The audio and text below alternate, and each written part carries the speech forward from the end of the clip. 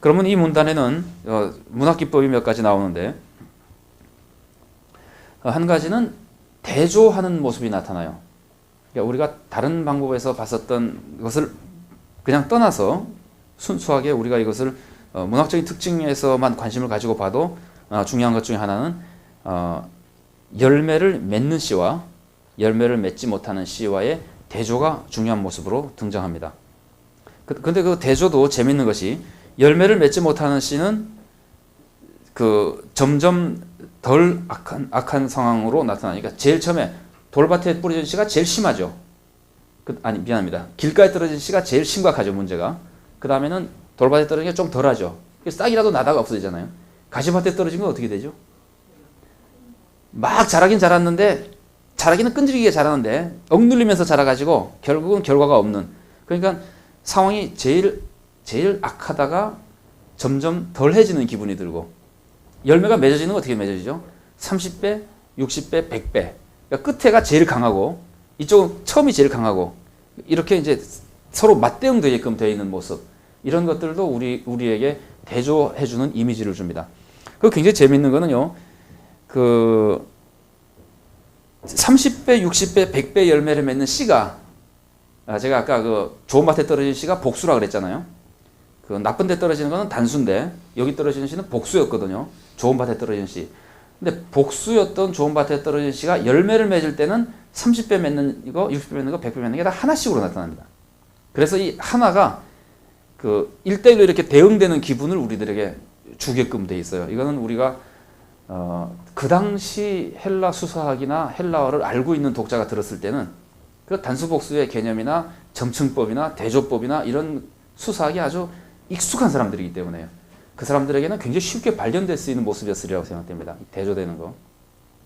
제가 학생들이랑 수업하면서 헬라의 이런 여러 가지 수사학을 독자가 알았을 것이다 그러면 학생들이 가끔 이렇게 물어본 경우가 있어요.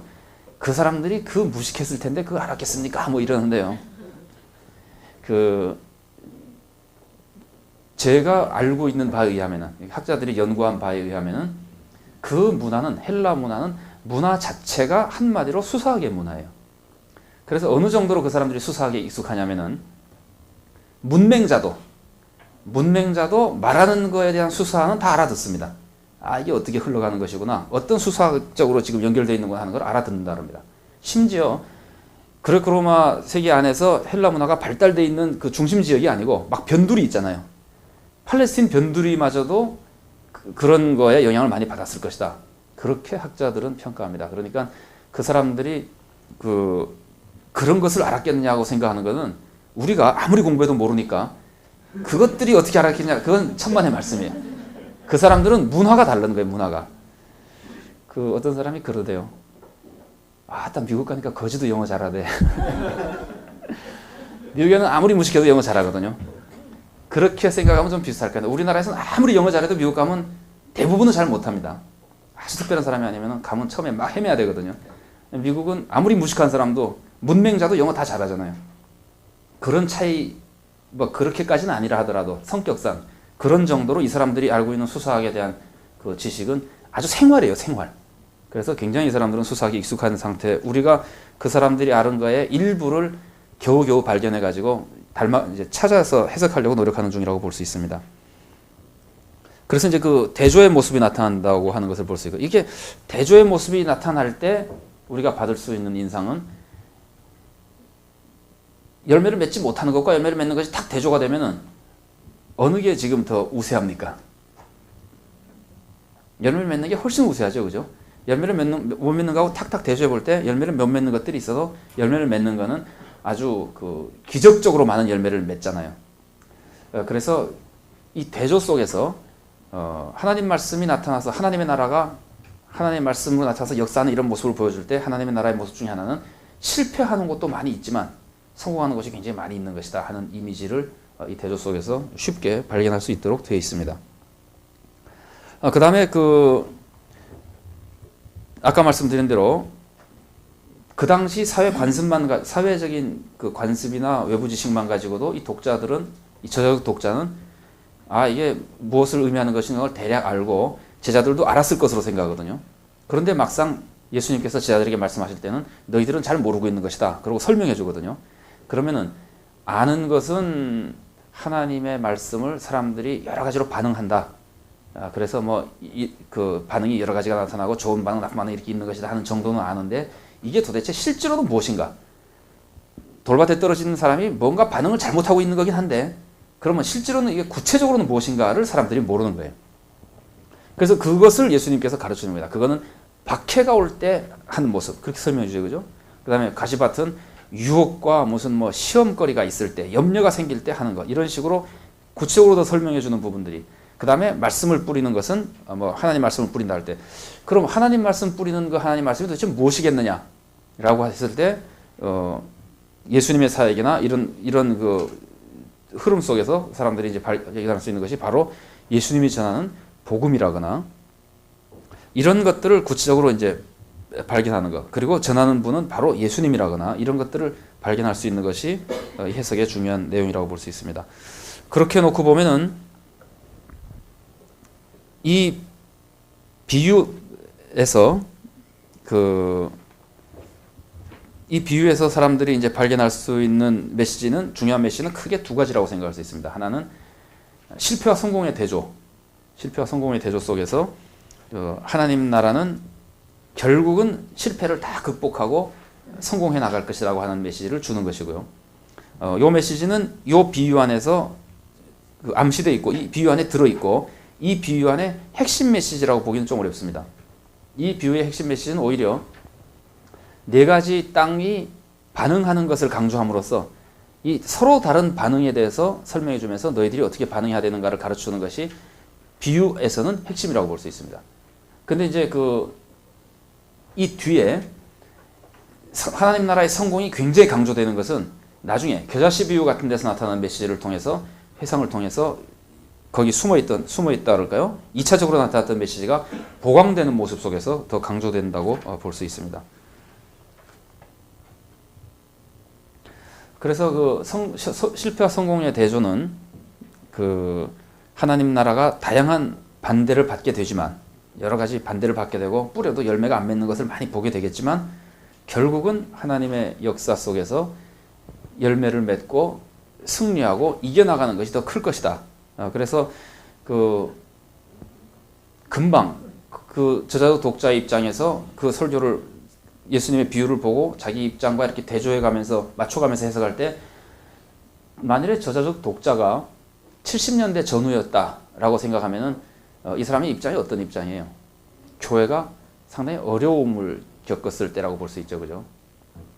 물론 우리가 거기까지는 부정하기 때문에 살펴보지 않습니다만은 특히 네로 시대의 박해가 막 끝난 시대라다 아니면 아직도 남아있는 시대라거나 이렇게 생각한다면은 더 심각하다고 생각해 볼 수도 있습니다.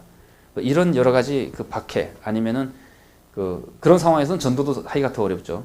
아니면은 전도해도 사람들이 막 잘 안 듣는 상황 이런 상황에서 제자들을 격려하는 메시지가 특히 저자적 독자의 입장에 있는 사람에게 격려 메시지가 된다고 볼 수 있습니다. 이거는 그동안에 양식 비평에서 많이 했던 얘기입니다.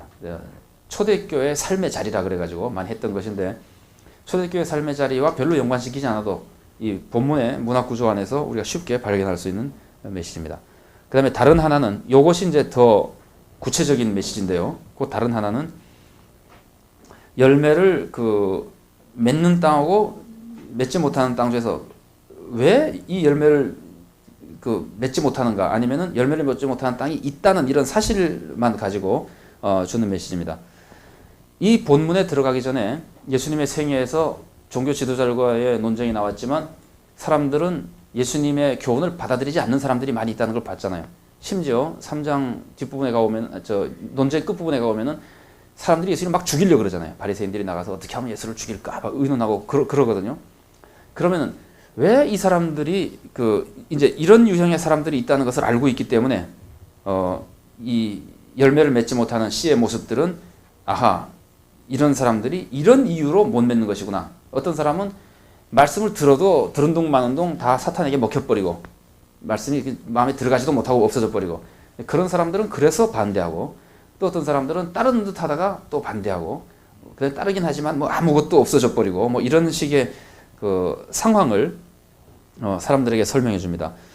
근데 그 아까 말씀드렸던 대로 이 비유가 시작되기 바로 직전에 나타난 그 문단이 뭐였죠?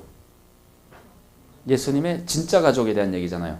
그럼 진짜 가족에 대한 얘기를 보게 되면은 그 메시지 안에서 예수님의 진짜 가족이 되는 사람은 어떤 사람이에요? 하나님 말씀을 듣고 그대로 행하는 사람이죠.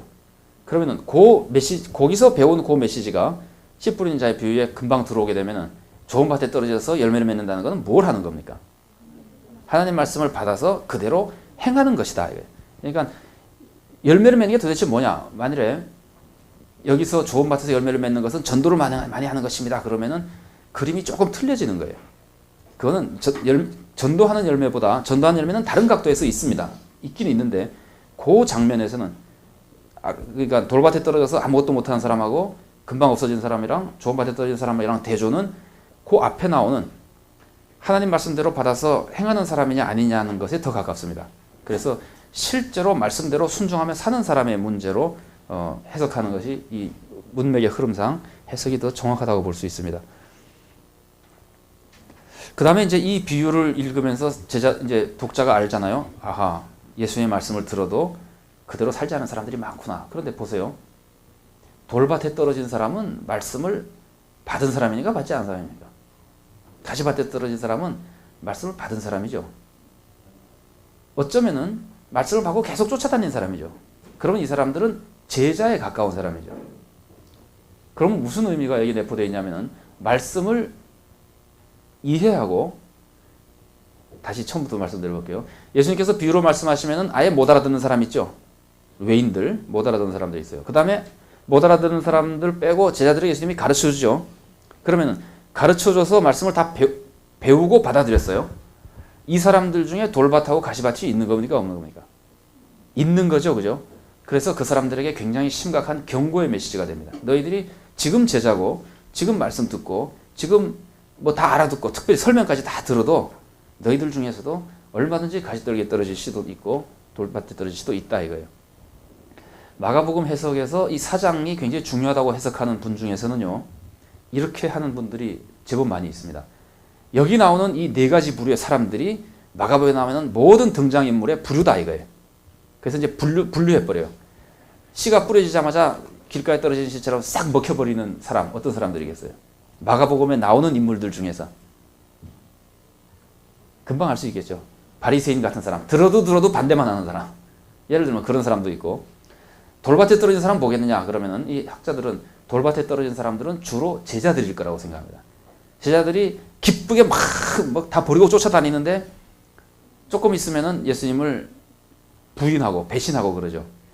그래서 그게 어느 만큼 정확할지 모르는데 그런 식으로 연구하는 사람들은 이 장이 나오는 이 네 가지 밭이 마가복음을 이해하는 상당히 중요한 플롯을 암시해 준다고 얘기하기도 하고 그렇습니다.